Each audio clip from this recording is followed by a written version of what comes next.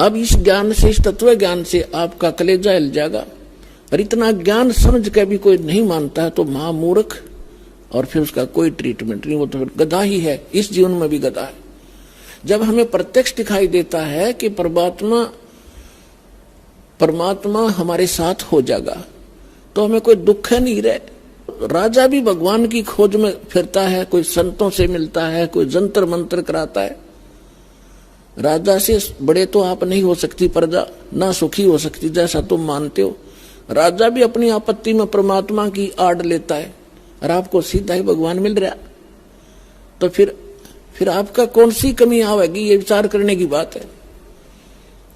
पहले तो दास आपको परमात्मा के विधान और इस ज्ञान से इतना परिपूर्ण कर देगा कि आपके हृदय में ये पक्की बात समा जाएगी कि कबीर इज गॉड, और ये रियलिटी है, वास्तविकता भी है।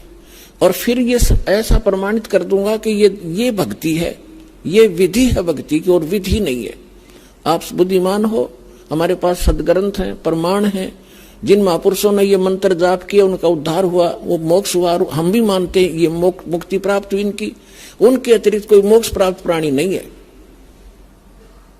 चाहे वो सिद्धि कितनी ही कर गया हो, चाहे वो कितने चमत्कार दिखाकर मर गया हो, लेकिन वो मोक्ष प्राप्त नहीं है। तो फिर कौन सी समस्या रहेगी? फिर मूर्खता की। जानबूझ साची तजय और करे झूठ तेने, ताकि संगत है प्रभु फिर सोपन में बिना दे।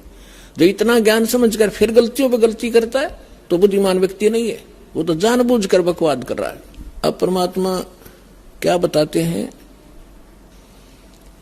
राम नाम रटते रहो, राम नाम रटते रहो, जब तक घट में प्राणे, कब हो तो दीन दयाल के हे बनक पड़ेगी कान। अब परमात्मा की भक्ति में आगे बढ़ने के कुछ फार्मूले हैं जिससे आप स्थिर रहोगे। इन फार्मूलों को, इन पॉइंट्स को आपने याद रखना पड़ेगा। जैसे कुछ भक्त आते हैं, कुछ ऐसे भक्त होते हैं जो सब जगह थक लेते हैं, झाड़ फूक करवा के, मंत्र जंतर जप के, गुरु बना के, और जब वो यहां आते हैं तो कितना भयंकर दुख हो उनके ऊपर, परमात्मा तुरंत ठीक कर देता है। अब उनकी तो फिर परमात्मा की रजा होगी, उन कोई और ठिकाना नहीं रहा, भगवान से अतिरिक्त कोई जगह दिखाई नहीं देती। मालिक को सब पता है, अंतर्यामी है वो परमात्मा, वो दूर तक जानता है कि आने वाली आत्मा क्या उद्देश्य लेकर इस दरबार में आई है, उसी तरह से उसका उपचार होता है। तो ऐसे आते हैं, उनको तुरंत देखो। दास तो एक पीएन है उस कबीर भगवान का, चपड़ासी हूं। आपकी अर्जी दास के पास आती है, दास उस परम पिता की टेबल पर रख देता है। अब उसने यस और नो उस कबीर भगवान ने करनी है, और यहाँ सेकंडों में होती है। यहाँ कोई कार्यालय नहीं है, वह साइन होगा फिर वापस आओगी। सेकंड्स के भी कुछ क्षणों में वो सब अर्जी परमात्मा फैसला करता है।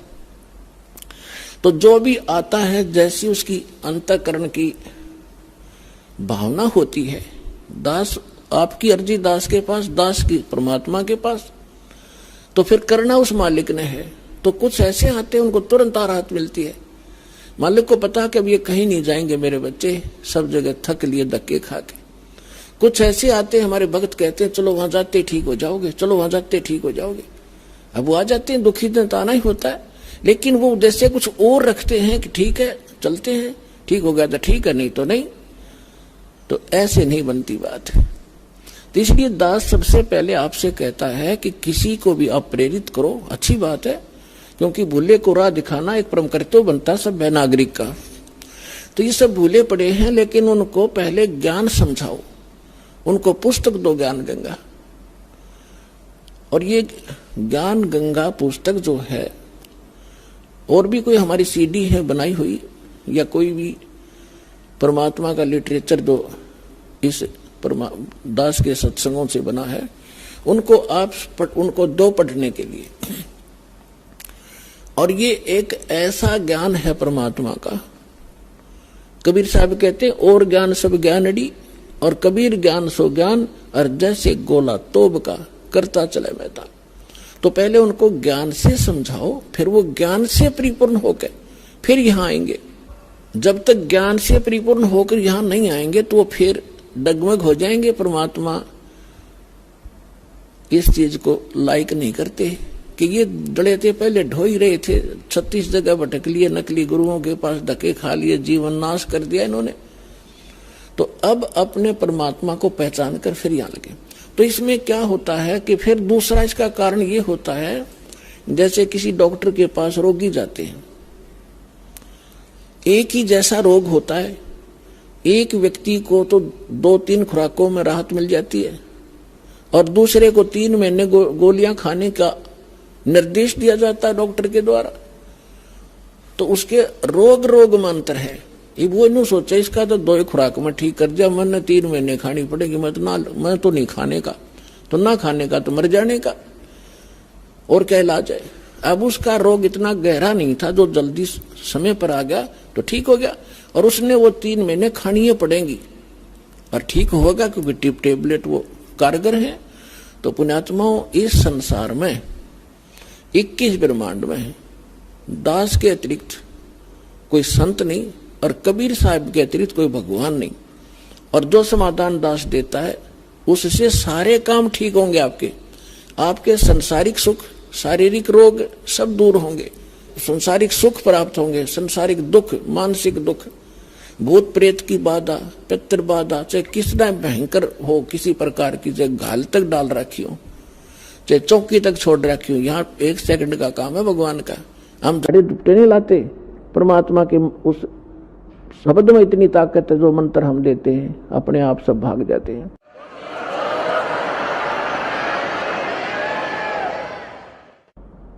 फिर कहते हैं धीरे धीरे रे मना, धीरे सब कुछ होवे, माली सींचे 100 घड़ा, समय आवे फल होवे। अब ये फार्मूला आपने याद रखना इस मार्ग पर कि धीरे धीरे रे मना, धीरे सब कुछ हो। आप बच्चे को स्कूल में भेजते हो प्रथम कक्षा में, और फिर उसको परिपूर्ण ज्ञान प्राप्त कराने के लिए, रोजी रोटी के योग्य बनाने के लिए 20 वर्ष तक, 15 वर्ष तक फ्री छोड़ देते हो। BA करके फिर वो 5-4 वर्ष का कोर्स भी करता है, और फिर 2 रोटी का साधन उसको बनता है।